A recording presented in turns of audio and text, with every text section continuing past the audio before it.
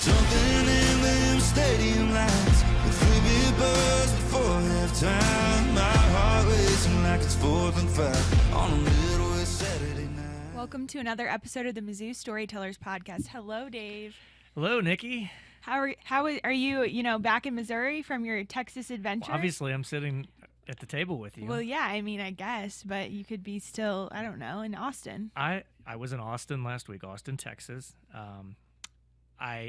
As if there's another Austin we're going to talk about. I'm glad you didn't do an episode without me. Well, I thought maybe you bring somebody else in. I could have.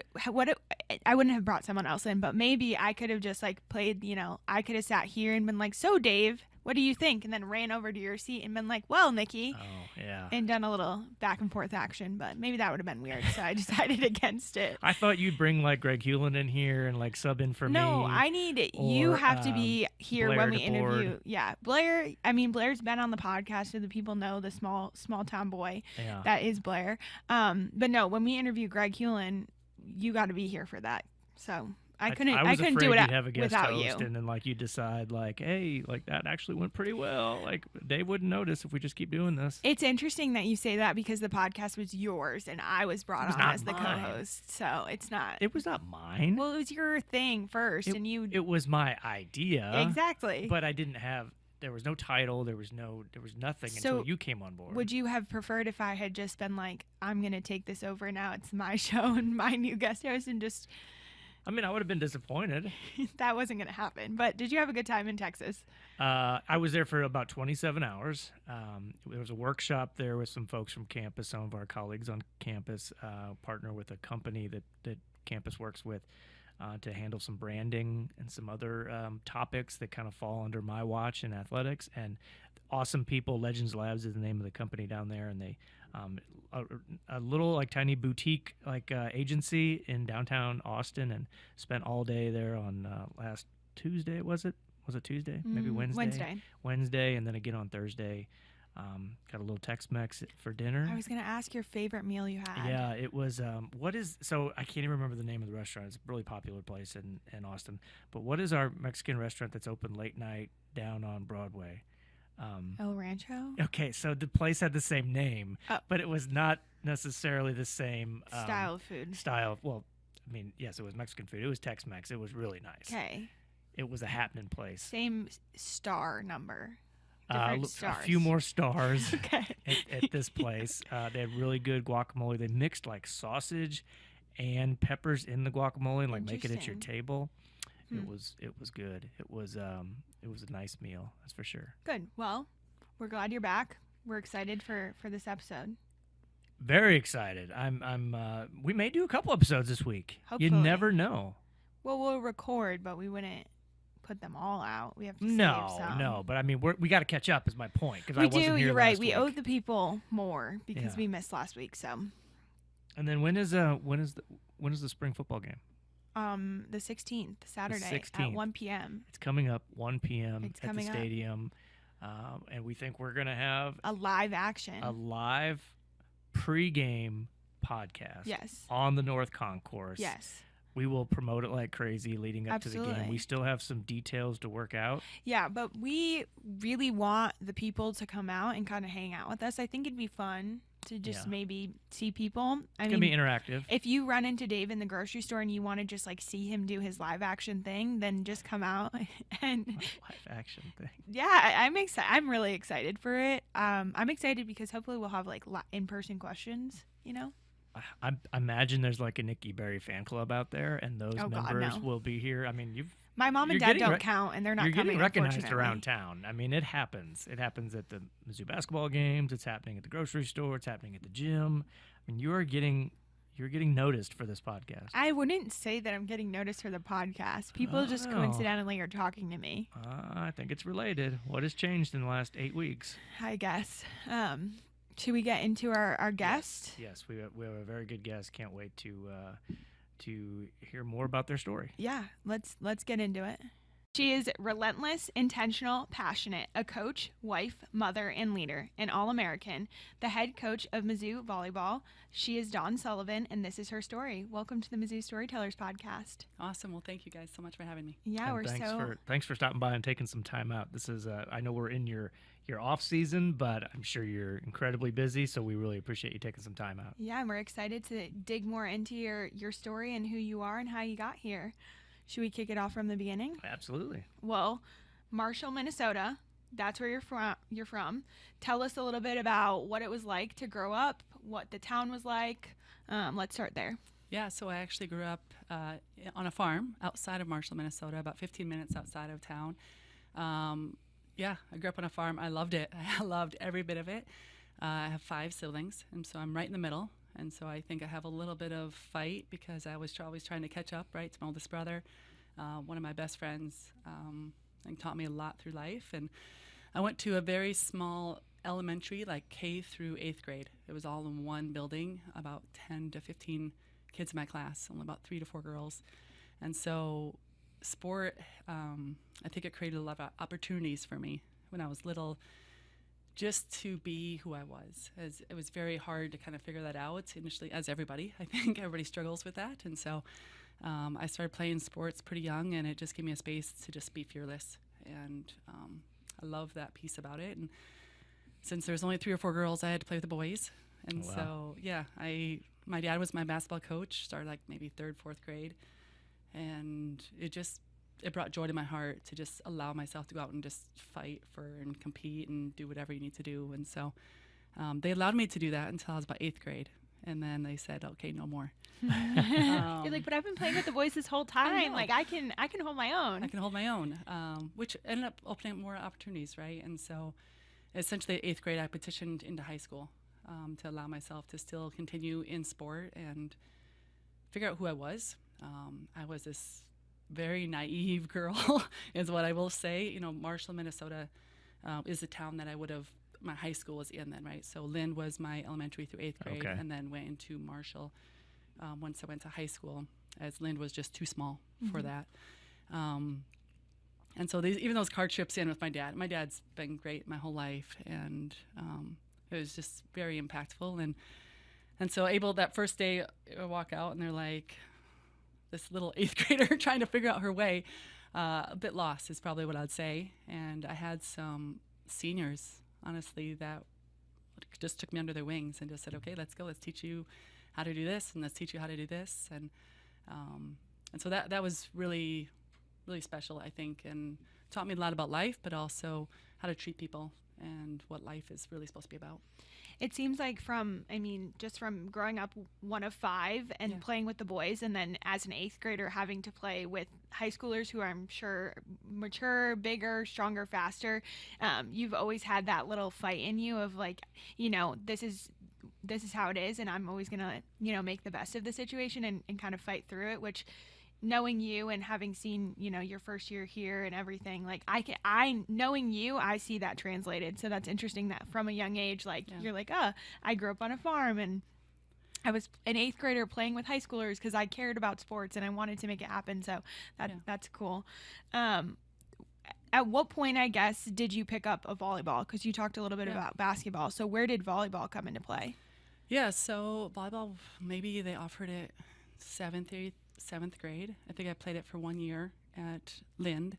And so it was multiple ages kind of put together to make one team, and we all rotate, where it's obviously very different now. When you watch college ball, you have positions, and but everybody set, everybody hit, everybody's, you just keep rotating through, which is pretty common for that younger age. And then when 8th grade, I had to then go into the high school because essentially I couldn't stay there any longer to do that. I still went to school in Lynn, but then played sports in the high school level. And I remember the tryouts, my coach, she's phenomenal. She actually went into coach college afterwards. I had her just for 1 year, and she made such an impact on my life. She essentially said, okay, all the setters come here. All the right sides come here. All the outsides come here. All the DSs come here. Like all the middles go there. And I was like, I don't know positions. I don't even know what a setter is. I mean, I kind of get the gist of it, but essentially this little 8th grader, and so the last one that says is middles, right? And so I'm like last standing there. I'm like, yep, I'm going to be a middle. So I'm just going to walk over there. But I didn't have a position, right? And so I was just a athlete that grew up on a farm that knew how to work hard. And so I was like, okay, I'm a middle today. And I stayed a middle all the way throughout high school. I'm 5'10". Most people look at 5'10" middles, they're like, what? You're not going to ever play college. And I just was, that's kind of when that happened, is those seniors kind of took me under and they taught me what it meant to hit a quick. They taught me what it meant to hit a slide.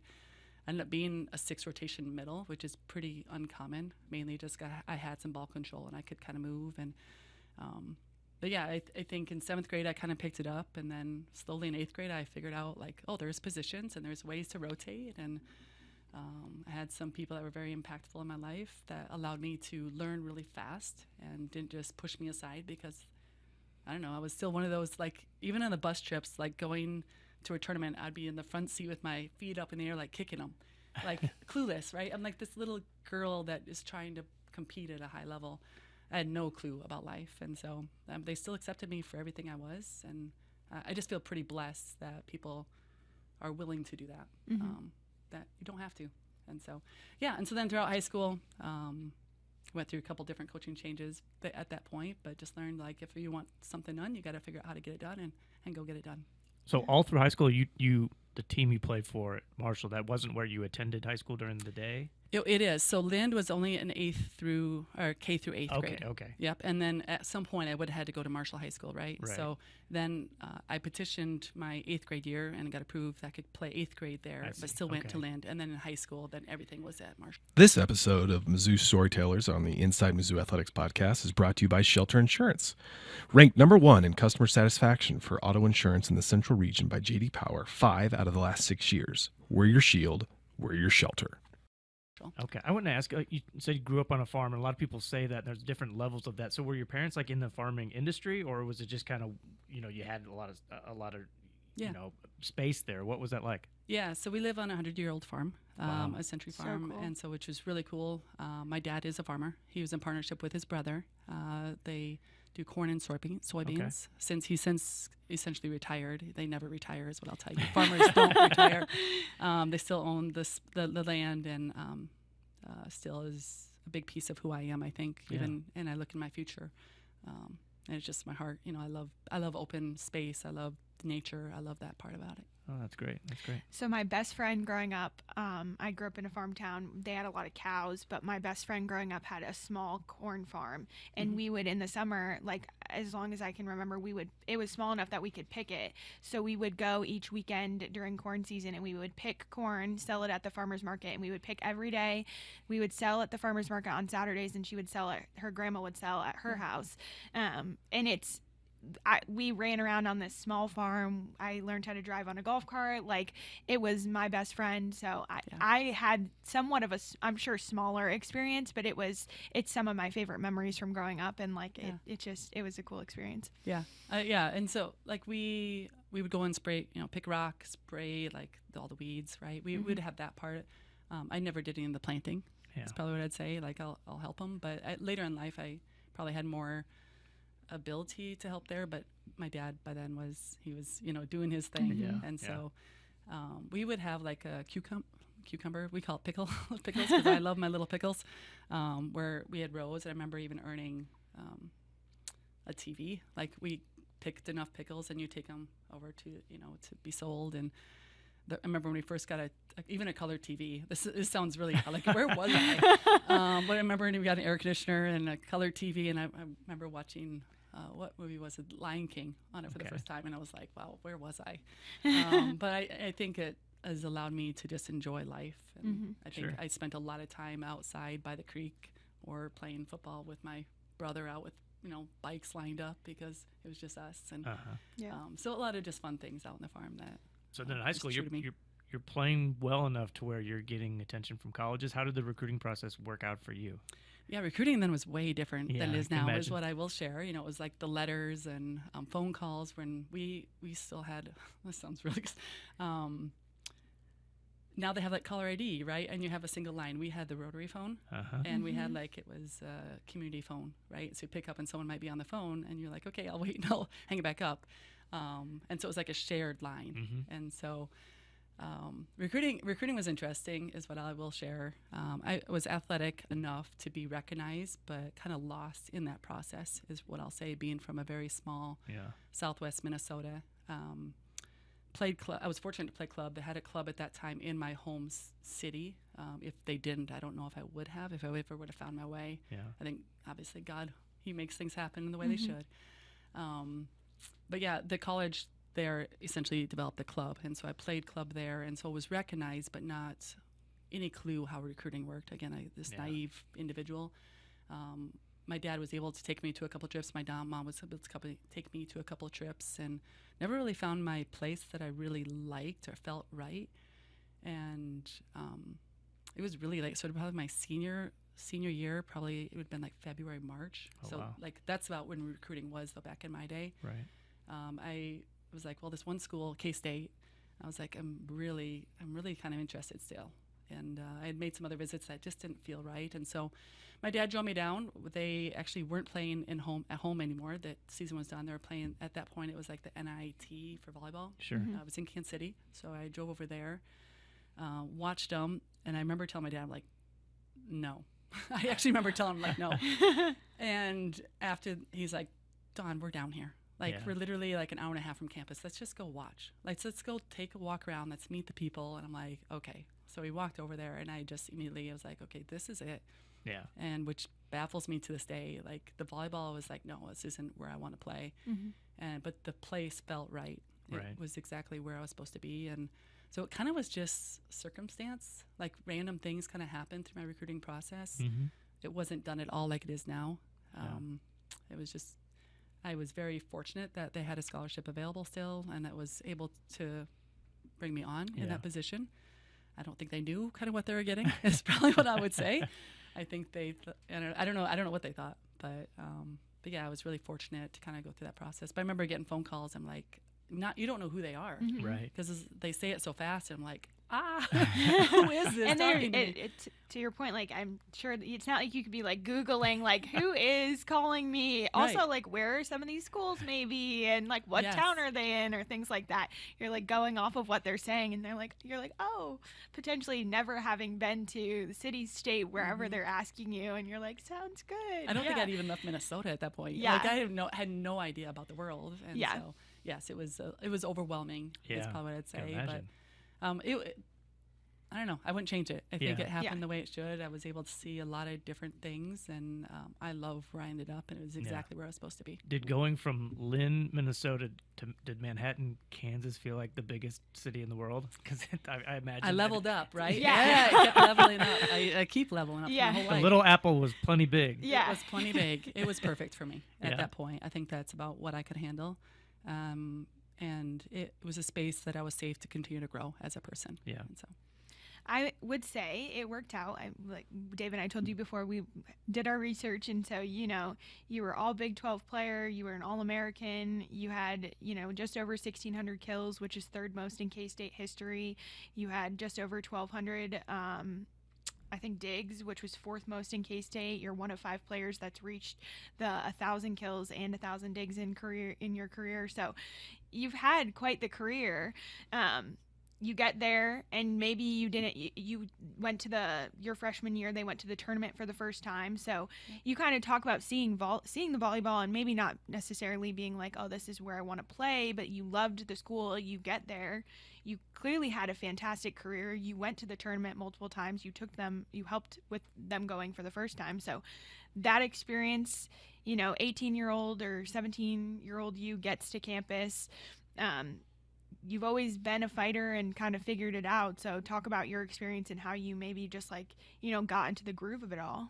Yeah, I think, and the reason why I didn't necessarily want to go there is the volleyball. I was like, ew, they had never really been, and I was like, but when I sat down, I was like, life is what you make of it, right? I can go make any place great. And I think I've always had that mindset. And that's one thing my dad and my mom have always instilled in me is you don't have to go somewhere that's great. You are great. And you make the place that you're going to be great. And so that's why I essentially chose there. It was I learned a lot over those 4 years. And obviously going to the tournament all 4 years was huge. I went through a coaching change after my freshman year. And after, I think that even taught me a ton. You know, you think your life is, the one person you come here for is now Right. leaving. You think your life is falling apart. I remember even taking rollerblading guys. I don't know if anybody rollerblades anymore. My sister actually does. She Great. loves rollerblading. I just needed, the coach had told me that day, actually all of us, and I just needed some fresh air, you know, so I went for rollerblading, and I ended up falling and tripping over some sidewalk. I remember this day to the T, and my hands were like completely raw because I like this, trying to stop myself from going into the street. As my heart was just broken, I was like, what am I doing here? Because I knew my roommate was, I knew people were leaving as soon as that happens. And I kind of just sat on it a little bit. And I'm like, okay, I need to, like, why am I here? And I was here. I'm like, I'm here to figure myself out and to make this place great. And I'm like, I don't need to go anywhere else for that. And I remember, so I tore my hands off that day. Coach had left. It was like spring break, maybe the next week, and we were going out to actually Vegas, crazy enough, for a spring game. And their AD came in and asked us, like, hey, do you guys still want to go? And like, heck yeah, let's go compete. Like, let's go play. My hands are like raw, let me tell you. And so every time I hit I had it wrapped, right? But every time I hit the ball, like completely raw again. That's one of my, it was just toughness, right? It's like, you got to figure out how to be gritty. You got to fight through things, whether they're hard or whatever is coming at you. But that's what that felt like. It's like, if I get through this, I can do anything. The new coach that came in, to be honest, I don't know if I could ever speak highly enough about him. I think he's one of the best coaches in the nation. His name's Jim McLaughlin. Changed my life is what I'll share. I was a middle/DS my freshman year. He moved me to the outside. Again, opportunities, they just present themselves if you sit there long enough and you work really, really hard. And so essentially shifted to the outside at that point, and he taught me everything from the ground up. I didn't know how to do anything, is what I'll tell you. That's how it felt. Yeah. And developed me into this raw kid that would be up and down and who knows what every day, to an All-American that could get those 5 kills a set and dig balls. And but I think it comes with everything else before, right? And my work ethic and some of those things that help establish that and allow myself to learn at the rate I had to get to where I wanted to go. This episode of Mizzou Storytellers on the Inside Mizzou Athletics podcast is brought to you by Sophia's and Addison's Restaurants. Sophia's and Addison's Restaurants are great local spots to visit before or after all Mizzou home games. Addison's has 2 locations in Southwest and downtown Columbia and features over 20 beers on tap, including local brewers and, of course, their famous Nachos Bianco. So remember, before or after the game, stop by Addison's. Yeah. Some of the most special people, I think, in life are the people who can see something in you that you can't see. And I found those to be like the most important people when they're like, I believe in you in this way. And you're like, I don't understand how or why, but you like go through the process and you're able to look back and be like, that makes sense. Like, you're like, I'm a middle blocker, I'm a DS, and he's like, you're an outside hitter. And you're like, I have never been an outside hitter for however many years I've played, and you end up an All-American. So trusting the process and kind of following through. And I think those people are so important in your life because that's where you get better. 100%. And he instilled so many things in me, right? He could have honestly said, no, see you later, and kicked me, like, done, you're done, I'm going to bring my own people in, and he didn't. And so I learned a lot about who I was going to be, even as a coach later, and that helped me just establish, like, it wasn't my fault the coach left, right? And so his job was to teach me, and he just, okay, let's teach you, and let's learn, and let's grow, and it helped me establish things later in my life as well as I went through that process. Dawn, while you were at K-State was in the same conference as Mizzou. And you and I actually, I think we're at the same exact age because we were in school the same 4 years. I was here at Mizzou. I was here at Mizzou, and volleyball program then was not in the best shape. I think you were 8-0 against the Tigers. I did the math. Wasn't hard to figure that one out because all the records were the same. But we've talked about this before. What do you remember about coming to the Hearns? In that atmosphere, and could you have ever imagined, X amount of years later, you'd be back here? I do remember the Hearns quite vividly, is what I'll share. Is one of the first matches I started was over here at Mizzou, and I was on the outside at that when they flipped me to the outside, because I felt like that's when my real life volleyball started happening. To be real with you, and the volley zoo was just so loud, and Mizzou at that time was kind of elevating as well. And it wasn't easy matches by any means. And so I thought when you had to come in here, you had to battle. I mean, they fought really, really hard. But I remember going back and serving and having the volley zoo in my back. And I'm like, shaking my boots, right? Yeah. And so what I remember is just how special of a feel it was to play in this building. You know, the heart of Hearns, it's real. Yeah. And I could feel even from that point. And so, yeah, maybe we went 8-0, maybe. I don't like to lose, right? but I will say is you could already feel how special it was here. Yeah. And I could feel the magic that was growing and what could be developed. And the coaches then obviously was able to kind Yeah. of take this program and light it up. Absolutely. And so that was really special to see. But even at that point, you know, the community, the area, driving in and feeling, you know, the rock and lining the road and the trees and all that, it spoke to me even then, is what I'll say. That's awesome. Yeah. What about after college then? I know you played a little bit professionally. Did you decide to get in coaching right away? Did you take some time off, or where did your path go from there? What did you major in too? Yeah, so I was a dual major in kinesiology and nutrition. And so I was going to go on to be a dietitian. And then I learned I had to take a test every year, and I hate tests, guys. I hate it.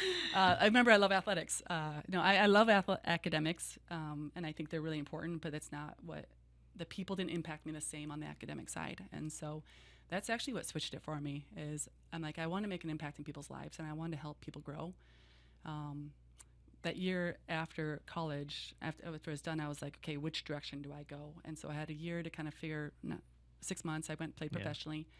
I love that experience. It just wasn't quite me. Yeah. And it felt very individualized. And I just played on a team that truly was a team. Like the way he developed that group was really special.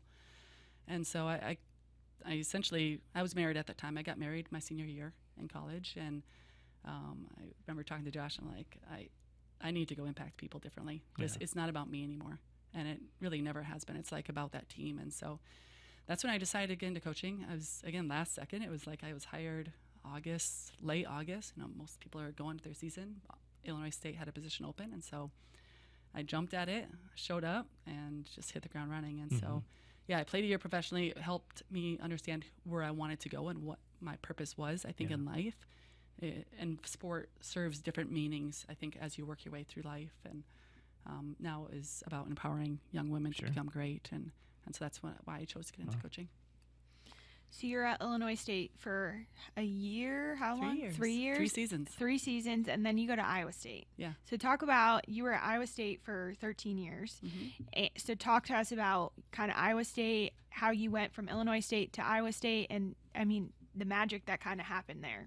Yeah. You know, Illinois State was an incredible start for me is what I'll share. The head coach there, again, it's always the people. Whenever I look at it, I'm like, wow, I've had so many wonderful people in my life. Her name's Sharon Digman, but she allowed me to do a lot and figure out what I wanted in this world and what I was doing. And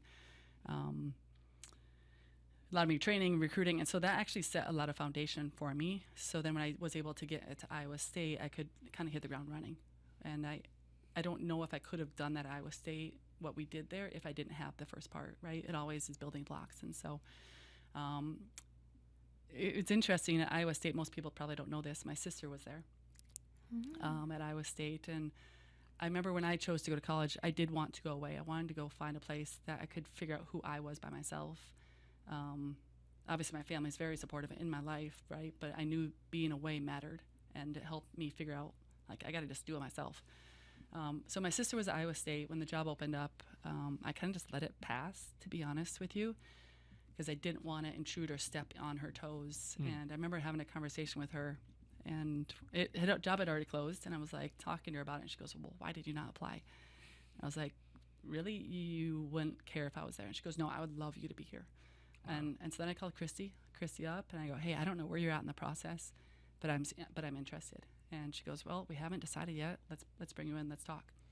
And so it was just, again, random things kind of happen the way they should. And so I got to Iowa State. Christy Johnson-Lynch, head coach there, phenomenal coach. And it was always important to me to learn from the best. And she is one of the best. And so I went there to learn about recruiting and how to train setters, because that's what she does really well. And so just over time, if you just watch people, you learn a lot. And it's really what I did with her is I just kind of evaluated and asked questions, but just watched. It's not always about the words. It's about how does she do things, and what is her vision, how does she establish that vision, and how does she communicate her vision. And so just working together over those years, I don't know, I feel really blessed. But yeah, I was able to take that program essentially from bottom of the conference to middle of the pack to making a Sweet 16 to Elite 8 in just a few years. And Yeah. It always goes back to the people. We saw, I think if our records are right, it was like from 96 to 2004, they had won like 13-ish Yeah. games, and then y'all ended up going to 12 straight NCAA tournaments, which is incredible. And you talk about Christy. So, like, what did you learn from her? And I guess, like, what was it like working with her? And then obviously, you know, you make the decision to be a head coach. And one of the things that I wanted to know was you were there for 13 years at Iowa State. You were an assistant. You became the associate. You clearly have a great relationship with Christy, and you'd been with her for so long. Like, was there always a thought in your head, I want to be a head coach? Or at that point were you like, I'm really content, like we're rocking and rolling, and I will ride this out for as long as possible? I mean, I know you're a competitor, so it doesn't surprise me that you are a head coach, but where were you at in the process? You know, each year goes by, you're there longer and longer. Was it like, I still want to be a head coach, or I'm really happy here? Yeah. So I'll start with Christy. I think what she does so well is just the vision. And she's like, this is where we're going to go, and these are the steps we got to take to get there. I think she does that phenomenally well. And recruiting, and the way she finds little ins to get people, and the relationship she's able to build there is really impressive. So I think those are some of the bigger things that I picked up. And then the training, right? Her and Joe, just the way they train and the way they go about things, there's intention always there. And so I think the discipline and what I learned from there, it's helped me throughout. Did I always want to become a head coach? No. That's probably what I'll tell you, simple terms. I have 4 kiddos. I don't know how many people will truly know that about me, but I had my first, I think I was actually maybe year 2 or 3 at Illinois State, and I remember I had her actually August 18th. It was like a Wednesday, and then we had a spring game that Saturday, or not spring game, like a scrimmage that Saturday, and I was there. You know, so it's like I had her at Illinois State, and then I was pregnant when I came to Iowa State as my second, Sarah.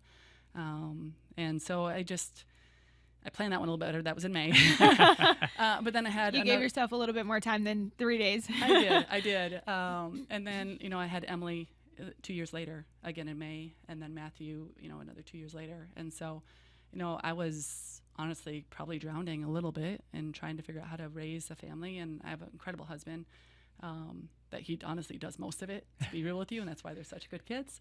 But I wanted to be a part of their life, and I knew as soon as I took that jump and to become the head coach, your life just changes, and that's not something I wanted at that time.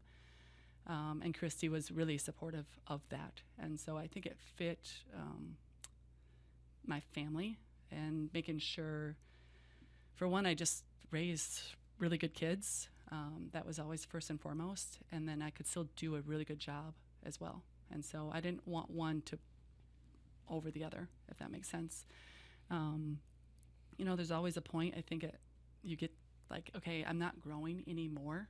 Yeah. And that's kind of what happened at Iowa State. I think I was there for 13 years. I'd kind of done, she'd give me a different job. Like, I had kind of covered the recruiting. I had covered this area. You know, every area I'd kind of touched a little bit, and I really knew how to run it. And I felt like, okay, what else am I going to learn here? And I really didn't feel like I could grow a whole lot more. And I was kind of getting, I don't know, antsy. I don't know if that's the right word, but like, makes sense. Like, I don't know what the right word is, but not fulfilled the same as I love to learn. Challenge. That's a great word. There you go. But I love to learn. Like, it runs really deep in me. And so if I don't continue to learn or have to kind of think outside the box, I don't love it. And so that's when, you know, that UNLV position kind of opened up, and then I made that jump. I remember we had Larissa Anderson you're talking about. She was at Hofstra for, I think, 17 years as an assistant. We asked, like, at some point, do you just kind of give up on the idea of being a head coach, or in the back of your mind are you thinking, I think I can do this, but you still need the opportunity? So when UNLV comes open, did you know in your mind, hey, I know I can do this? I've been watching a great coach do it for, 13 years. Or is there still some, I don't know, imposter syndrome, or I don't know, crisis of confidence? We all go through that sometimes. You're like, how do you know you're ready to make the leap? Yeah, I think the later is probably very true. Like, no matter how much you work and try to learn. As soon as you take that jump, it's scary as all get out, right? Like, what am I doing? And I was really comfortable where I was. And so did I feel like I could do it? Yes. Did I immediately say UNLV, yeah, let's go? No, not at all. Like, it scared me to death. I remember even that first meeting, like shaking even trying to say 2 sentences to my team. But it's needed, right? Yeah. It's needed to feel that fear. And I think everybody feels that a little bit. And part of being an assistant that long, or so whatever you want to call it, it's the same thing. For 13 years is people do stop calling, right? So obviously they were calling me kind of throughout, but the more I tell people no, the less they're going to ask. And so it's always the balance of, okay, how do I manage this to keep people interested? Because it's not that I'm not, it's just not right now. And the right timing had to be right for me and my family. And so it's kind of what happened, the timing kind of lined up with that position. But no, I was still scared to death. No matter how many years you do it, it's just when you step in those shoes, it's different. Before we even get into the job, I've got to ask, so rural Minnesota, Manhattan, Kansas, Ames, Iowa, Normal, Illinois. I've been to all those places, not your part of Minnesota. And then Las Vegas. Like, one of these things does not match the other. What was that? I mean, just the cultural shock, I would think, for you. I mean, you'd been there before, but to live there now, how different was that for you and your family? Yeah, significantly different. And I went there I always make, for one, you always go places based on people. Sure. And then how are you going to grow? And so every step I've made is the people, always number one. Yeah. And then how am I going to grow? And so that was the next step for me. There's some really good people, obviously, that at UNLV that drew me there, but also how am I going to grow? And one thing that Vegas presented is just diversity. And it runs through to me. It's really important to me. Obviously, where I grew up was not very diverse, but over the years, it's just who I am. Yeah. I'm very inclusive. I very much want to learn about everybody, and I love to learn. And so that was a big piece that drew me to that space. And then the challenge of this is different and unique. I love the outdoors, and most people don't think of Vegas as outdoors, but 100% it's outdoors. Like you can choose to go to the Strip, or you can choose to go to over Lake Mead and be lost in the mountains within 20 minutes, right? And so it spoke to a couple different spaces. I think Vegas gets probably the wrong name, because of the Strip. Did I go to the Strip? Maybe 6 times, guys. And I had my drop off and pick up. I never went to the Strip, but like people would visit, they want to see it. I'm like, okay, yeah, I'm going to drop you off by the fountains. I'm going to pick you up here, and then we're going to go home. And so I think it's just how you choose to live in it, right? And I knew when I went there, it was for a couple reasons and not because of the city, per se. And I'm really good. You could probably ask most people I work with, putting these blinders on. Yeah. And I can ignore pretty much anything, even in my drive into work and my drive home. But my blinders go on pretty thick in that space, and but then I could still enjoy a lot of those other things and still learn quite a bit about myself. Yeah. I've been to Vegas once. I went for a conference, and the mountains, like when you fly in, you think of Vegas and you think of the Strip and you think of all the entertainment and the fun and the like liveliness and like all that stuff. But it was the most incredible thing to like fly in, and it's just surrounded by mountains. I had no idea what to expect. I have a close mentor who grew up in Vegas, and she's like, oh, that's like part of it, but it's like so much more, which to your point, you can kind of ignore. And I feel like, did any of it play into the decision? Like, I'm sure there's opportunities in Ames, but like you have 4 children, and so like what opportunities, thinking back to like your childhood and how you kind of like made opportunities, I'm sure that went into the decision as well. It's like my kids will have different opportunities than they did in Iowa, in Vegas, and I think it's cool that they get to experience something different than maybe what they had as like in elementary or middle school. And then as they get 100% did go into it, is what I'll share. Trying to think of what grade she would have been in high school, like going into high school, and she's a high school a couple ages, but there wasn't a whole lot of opportunities for her. Even she loves languages, guys, and I mean, there was Spanish, and the Spanish teacher, wasn't elite probably in that space. And I mean, since she's learned Spanish, she knows Russian, she's now gonna do Arabic, so like there was a lot of that as well that went into that, is opportunities for my children to learn different things and also be exposed to different things as well. This episode of Mizzou Storytellers on the Inside Mizzou Athletics podcast is brought to you by Socket Fiber. Socket Fiber is now available, the fastest, most reliable internet combined with local service and simple billing. Contact Socket today for voice, data, and internet services for your home and businesses. 1-800-SOCKET-3 or visit socket.net. You had a good 5 years at UNLV. You kind of got in and hit the ground running, and you saw success, and you had a good 5 years. You're in the NCAA Tournament in 2022. Midwest has a few job openings. Did you what was going through your mind? Like, you see the Mizzou job open, K-State job opens, like, you're thinking, I'm going to get a call. You're thinking, I'm interested if they call, or you're kind of like, I'm here, and it just kind of all the chips fell where they were supposed to. Yeah, I think at that point I was interested in moving, is what I'll share. I like where I was and what I had built there.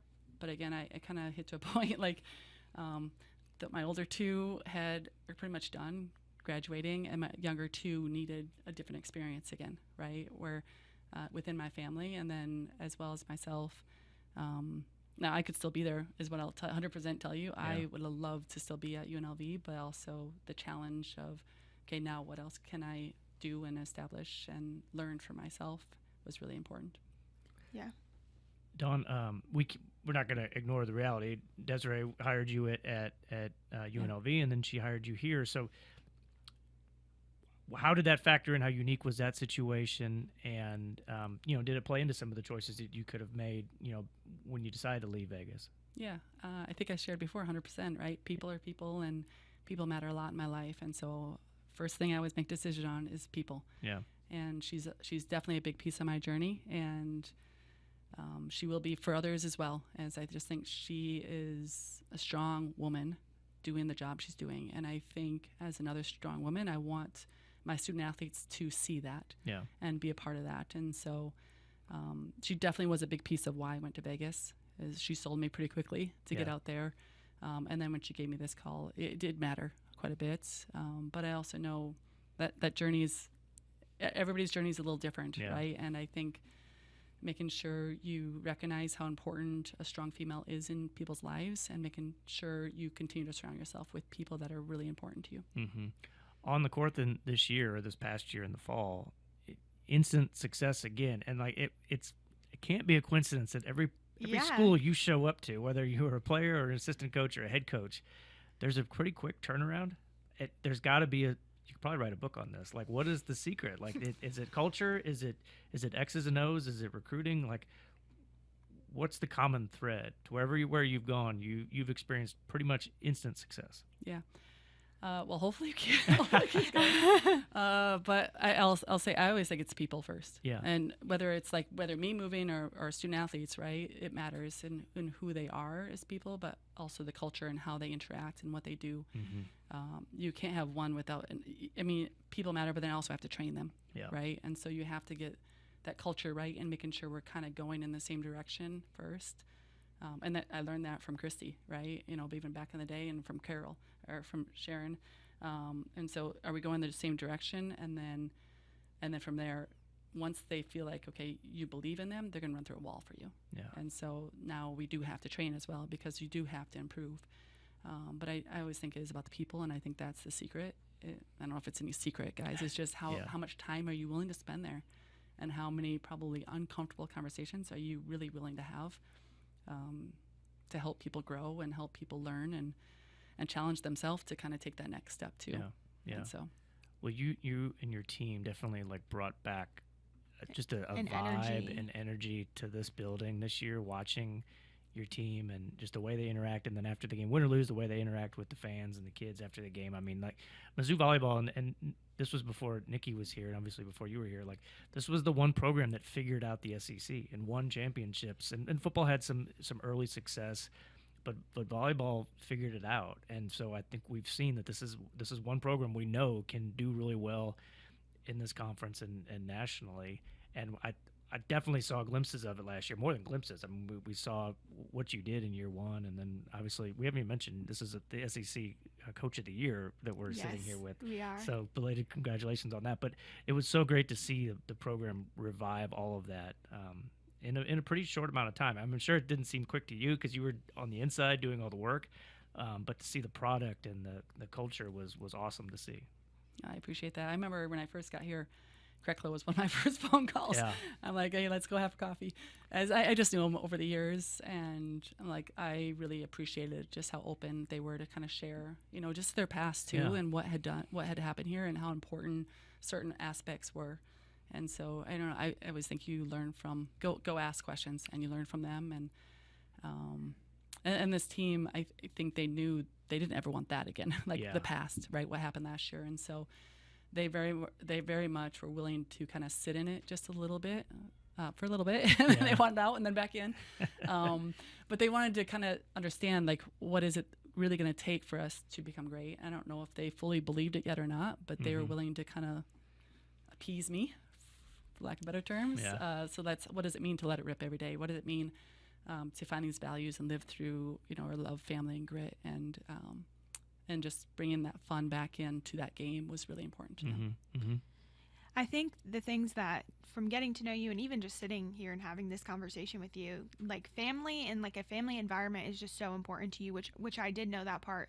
But I think the part that I would take away from this conversation is you have never shied away from stepping into the uncomfortable, which is how you grow. And so hearing you basically say anytime you don't feel challenged, as scary as it is, take the leap. And as someone who's early in her career, that's hearing it from you, who obviously has had a successful career as a player, and just, it's really cool to hear, don't be afraid to step into that uncomfortable situation, because you never know what's going to happen in that. And you've kind of just throughout, whether it's going to K-State, whether it's going into coaching or leaving Iowa State or wherever it may be, you've maybe internally had some fear, but you've never kind of let that stop you, which is really cool. Yeah, I appreciate that. I very much believe in that, but I also think you have to have people around you that support you, and that my days where I'm so frustrated I can go home, my husband is right there, my first person. He's like, this is why you're doing it. And I think you also have to have people around you that are going to be pushing you along as well, and feeling that they got you. Which I'm going to go into Dave will say it's my favorite question I ask everyone. So you got married your senior year. How did you meet your husband? Yeah. Do you want to know the real story? Yeah. No, it's so I was walking back from organic chemistry, a class I didn't really have to use in my organic chemistry class. And I knew he was in the class. We were walking back. We were actually staying in the same dorm. We were living in the same dorm. But there was another individual that would always kind of stop me on my way back to my dorms every day and kind of not harass me, but could have a conversation, stalk me a little bit, and so after a couple of those, and I knew he was always, Josh, my husband, was following me. Not Josh. Josh was not stalking me. Maybe he was. I don't know. But all of a sudden he was stalking you less than the other person. Yes. So much as I almost some days try to find different ways to get back to my dorm. But he was walking back with him, like, hey, what if I just strike up a conversation with this man right here? And maybe this gentleman up here will leave me alone a little bit. And so I just did it one day, and we started talking, and we were just really good friends for a couple of years, played a lot of racquetball, and yeah, that's really it. Is I just was trying to avoid this other person that was kind of harassing me a little bit. But he ended up, obviously he's my absolute best friend, and could not be anywhere I am today without him. Is he from Kansas then, or did he end up? Okay. Yep, he is from Kansas. He was a football player. Crazy enough, randomly, you guys, I would never date a football. It's always I was told everybody I'm not dating any other athlete. Not. In fact, I didn't even know what dating was, guys. That's how naive I was. But he was a tight end, and he had just transferred back to K-State, and later I learned that he was a football player, and I'm like, okay, we're playing racquetball and we're shooting hoops. That's it. We're just friends. We're just friends. You're confused. We're friends. Mm-hmm. And then you're married your senior year. So. And then I'm married. Yep. And now 4 kids, 3 girls, 1 boy. Mm-hmm. What is that like? You have your own. Basically, you have your own volleyball team over there. I guess if any of them play. No, I have one that plays. Well, so I was going to ask, Yeah. do any of them play, or and I feel like either sometimes when you're into a sport, you're either like, I want you to play this, or you're like, please, for the love of everything, do not go into this. So were you kind of like, do whatever you want, and if you play volleyball, great, and if you don't want to play volleyball, I don't care. Yeah. I was I don't know if I was either, is probably what I'd say. I think I was more like, hey, what do you love? And let's go do that. And if it involves sport, great. If it didn't, great. That's fine. And so my older two did play. My oldest one, she's actually at the University of Wyoming. She's in ROTC, but she plays club volleyball. She's not at Division I level, but at the club level. She loves it. She actually some days wish she didn't give it up. My second one plays at a school in Kansas still. She's a freshman there. My third, she's like, no camp, no nothing, don't want to touch a ball. Like, she hates volleyball. She loves volleyball because of me. She likes watching. Yeah, I guess. We'll say that. But no, watching you. She loves supporting me. Yes. And loves seeing how I can empower other women. And but she plays soccer, so she found her way into another space. And then my youngest boys, they're all athletes in their own way, but not maybe volleyball. But I also think they're all very creative. And again, that's where my husband kind of comes in and has some of that creative feel, and just very intelligent human beings, and not as naive as I was, is what I'll say. We have a lot more conversations than when I left home. So, yes. I've got to share my one story. I think I told you this when you first got here, that so it was January 23, and I have twin boys who were in 7th grade at the time, Connor and Jackson, and you know how teenage boys are. They don't share a whole lot at the dinner table, but for some reason one night they're like, oh yeah, there's a new kid in school. I'm like, oh, that's great. Have you gotten to know him? I'm like, yeah, he's pretty cool. He's in a few of my classes. I can't remember if it was Connor or Jackson, and his name's Matthew. I'm like, oh, that's great. What's his last name? I'm like, I have no idea. I don't Why know. would I know that? Just no first name. I was lucky to get the first name. I'm like, oh, did his family move here? He's like, yeah. Mom plays volleyball or something. And I was like, his mom plays volleyball? Like, where'd they move from? Nebraska or Nevada, one of the end states. So I'm sitting there figuring this out. I'm like, okay, we're January. Mizzou just hired a volleyball coach from UNO, Nevada. Is his last name Sullivan?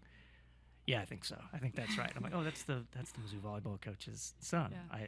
I had to look up your bio to make sure you had a son in 7th grade, and it worked out. And now I think they're friends. So what do you know? Just a small world, and I had to think, my boys the same age have always lived in Columbia, Missouri, and I had to think, gosh, they've moved around a little bit, and what's that like as a parent? You move here in the middle of semester, and you start a new school, and hey, life is kind of starting over for you, kid. Let us know how it goes. Hopefully the twins in your class are nice to you. Yeah, first off, I always really appreciate you sharing that story, even from the beginning. So I was like, is he doing okay? Are they doing okay? Yeah. I think we took every move very uniquely different. Yeah. And we didn't move a lot when they were younger for that purpose, as I wanted to make sure they had a really strong foundation of just who they were as people. But yeah, that brightened my day, actually, that when I went home that day. I'm like, oh, so you met someone? He's like, because he wasn't talking to me at all, guys. He hated me. No, they love me, but they hate me. It's a love-hate relationship. Right. So it's hard to be 13. It is. But when we went to Vegas, they didn't. They stayed, and they finished the year. And I remember telling my husband, I can't do that again. Yeah. Because I went there in January, and so they finished the semester, and I came out in the summer. When they came here, we let them make the choice. And okay, do you want to come now and just make a change, or do you want to stay and finish the year? My younger two wanted to come now, so we're gonna have to go no matter what. Yeah. So let's just go. Let's make it rough, and that's fine. We'll make some friends before summer hits, right? My older one, my second, but she was a senior. She stayed. Yeah. And so my husband stayed there, and I had the other two. I actually loved that semester because I got to really hang out with them. Yeah. And yeah, it was hard. I was all over the place, and I had a lot of help. My family helped me a ton, but it was just. I think it is hard. Yeah. It's very hard, but as I look back, I feel so thankful and blessed that they had the opportunity to make us up on those moves, because I think they've grown a ton as people. Yeah. And just different things they've seen in different ways of life. And so I don't know if they see it as a blessing, but I think it will be a blessing at some point. 7th and 8th grade's hard enough, and then that shows a lot of courage to be able to go do that and come out okay. So yeah, that's great. I think he very much appreciates the friends. So thank you for that. Yeah. We didn't talk really, but your family in Minnesota, how did they feel when you were like, I'm moving to Missouri? They were so probably excited. like, you're back. Thank goodness you're not on the West Coast. Yeah. Your sister, I think, came to one of the matches, and she was running around. She's like, I'm her sister. And she was so just I would say you're a little bit more quiet and reserved, and she was like, "That's my sister," and you were like, "Please stop." And like that's such like a sister thing. I have a sister and she does like the same stuff to me, but like you could tell she was just like so proud and like so happy to be visiting.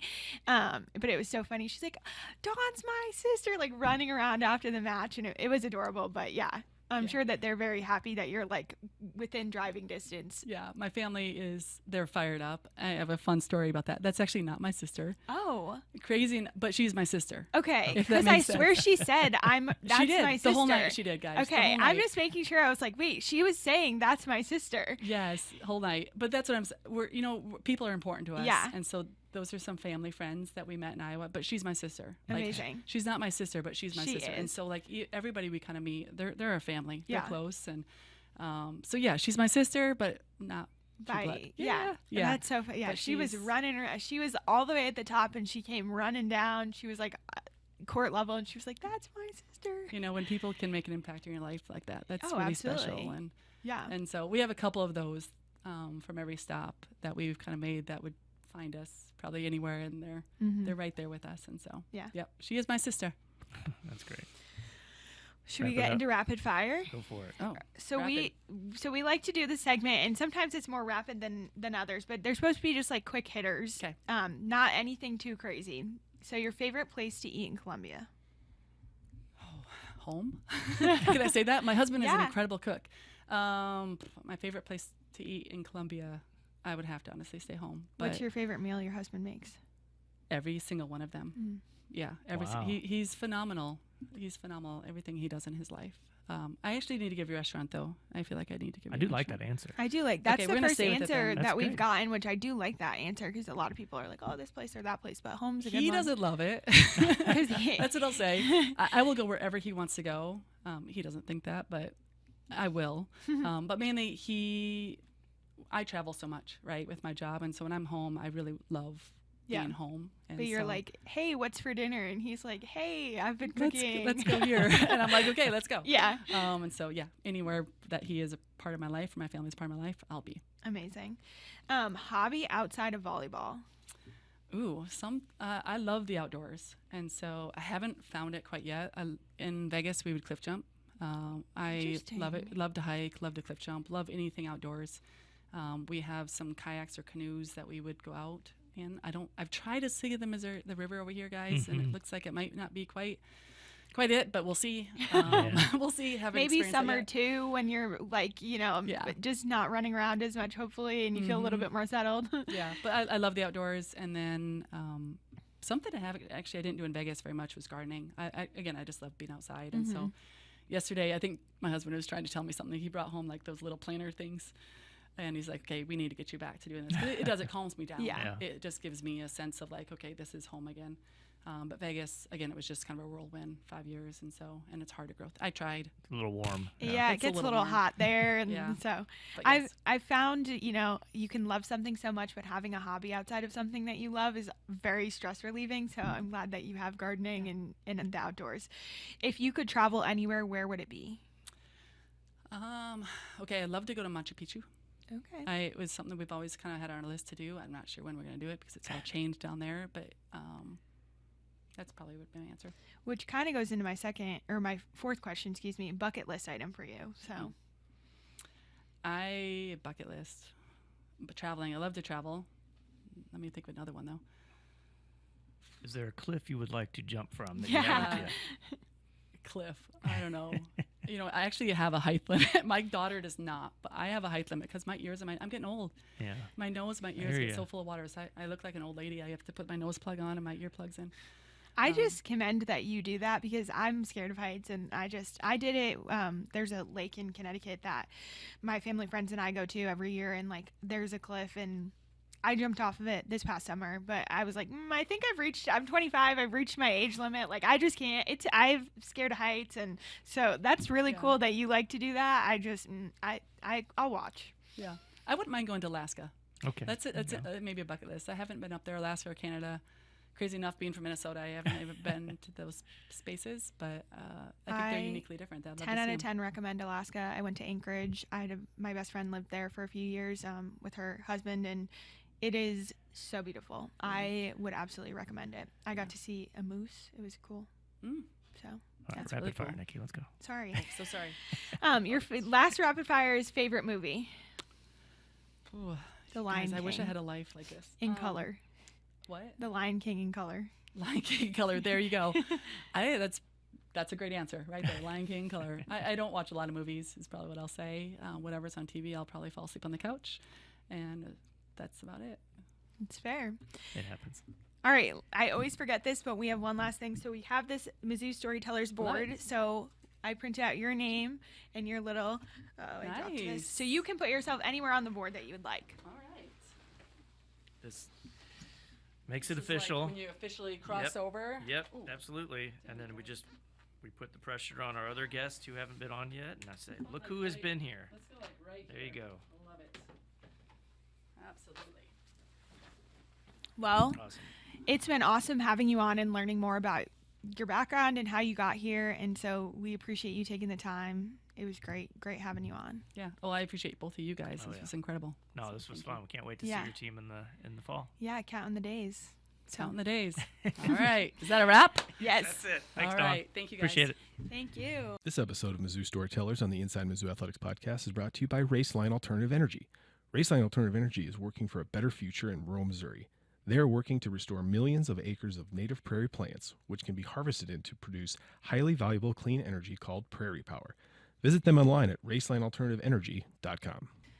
She was fantastic. Yeah, Dawn was really good. Like, and we kind of know the story of our head coaches, and she's just in her Absolutely. first year, but like to get them to sit down and really talk about their journey, because like I say this all the time, we can read the Wikipedia page, we can see where they've coached and where they played and all of that, but to actually hear what those experiences meant, it was really great. And as you kind of said, like you can read the bio and it means something when you're reading it, but it's really special to hear more in depth, like how someone is shaped into who they Yeah. are.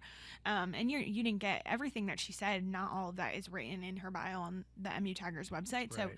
it was really special to hear, I kind of know and have seen, like working in marketing and working with our teams that work with her, like what she's all about, but to kind of hear, how she picked up on things and where she learned things and how she's Yeah. kind of established, like, this is who I am and this is how I'm going to work with my programs, whether it be, through the family aspect of things or the people aspect of things. It was really cool. And it's just, inspirational.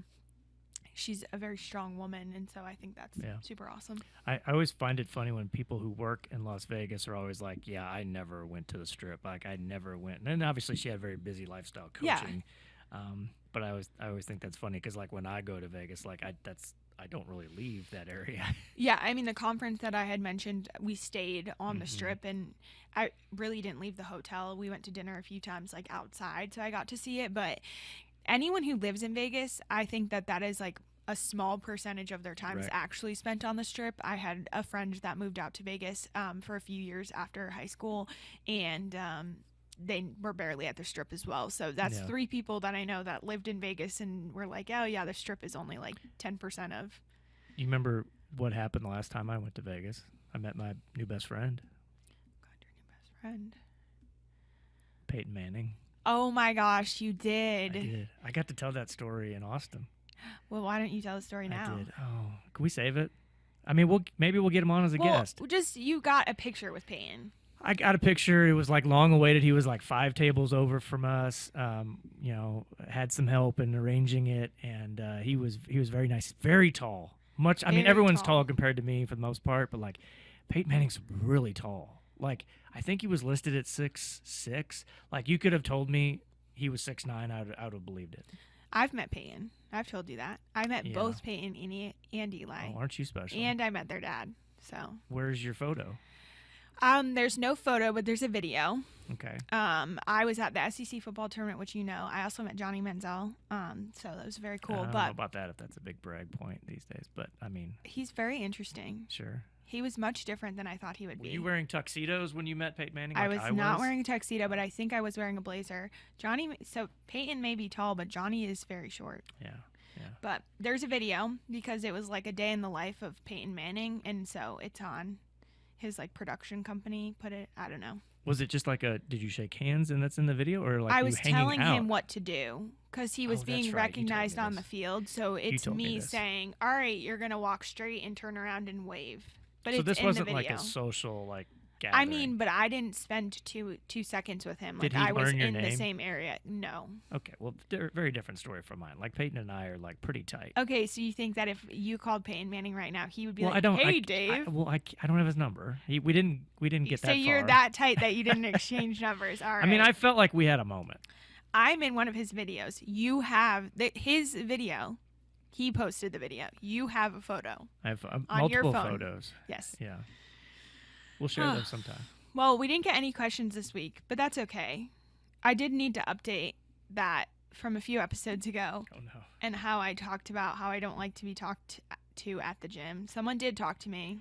She was very nice, Oh, but yeah. you know how I feel about that. So it was not my favorite thing, but I was trying to be nice and not So what happened? scare So her. you started to tell me this earlier, and then you're like, "Let's save it for the podcast." So like, our conversations get cut short now because you're like, "Just Because- save it for the podcast." Well, okay, so she So it better be good. she came up to me and there was just like someone kind of being creepy, and so she was trying to act like we were friends, so then Oh, that person maybe it would was the hopefully be- same guy stalking Dawn Sullivan back at Kansas State. It potentially could have been. But so she came up to me and she was like, I'm just going to pretend to talk to you. And so I was like, okay. But then she did follow up and say, sorry, I'm ruining your workout, but what's your name? So we exchanged names. I haven't seen her since. I'm a nice person. I don't want the podcast listeners to think that I'm scary. So, So you I gave her did. a fake name, is what you're saying. No, I did tell her my name, and I would say hello to her. So I guess I've made sort of a friend at the gym, which is very unusual, as people may know. Wow, that's a big leap for you. I know. So maybe it's opening the door to be more social at the gym, which I did show you that TikTok that I saw about how this man made up identities of all the people at the gym because he doesn't talk to them. And I wouldn't say I make up identities, but I'm like, oh, these are the same people I see. They all Because have. if you go at the same time, Yeah. what you're saying is you see the same people Yes. every day. Is that person an accountant? Are they a teacher? I don't know. Yeah. I can make up whatever they are in my head. Yeah. Yeah. Probably wrong, but Yeah, that crosses my mind sometimes when I'm at the gym too, because it's routine, especially when you're going like 4:30 in the morning, like when you and I Yeah. go. absolutely. It's the Right. same. Well, you're more 25 5. people. I'm more 4:30. Sorry, I'm not as great. Yeah. Well. I did have a question based on the last men's basketball game. The Matter boys received lightsabers. They did. Have they used them as weapons against each other, or was there any tears or any No, it was any actually smashed knuckles? no. since then? They got in quite a duel at the end of the game They down on did. the court. I witnessed that. Yeah, and after that though, I did like raise my voice on the drive home a few times because Will, the 7-year-old, kept turning it on behind me, and I kept thinking like a police officer was behind us. Because when you see a blue flashing lightsaber behind your head in a car, So, if I've learned anything, like Will Matter is the fiercest of the three. it took me 3 times to tell him to shut. I almost threw it out the window on Providence on the way home. Because that would not have led to tears, and then you parking on Providence and getting out and walking back to get the lightsaber. So, Will probably would have gone, can you go into Nikki's office tomorrow and get me another one? and I would have said, sure, Yeah. he can have another one. Right. I just wanted to make sure no fingers were broken. No, they're still working. The last time, like, he had one in his room the other night, and it was still working. Yeah. I'll have to ask the next time I see them, like, what their favorite giveaway has been. I feel like they're a good.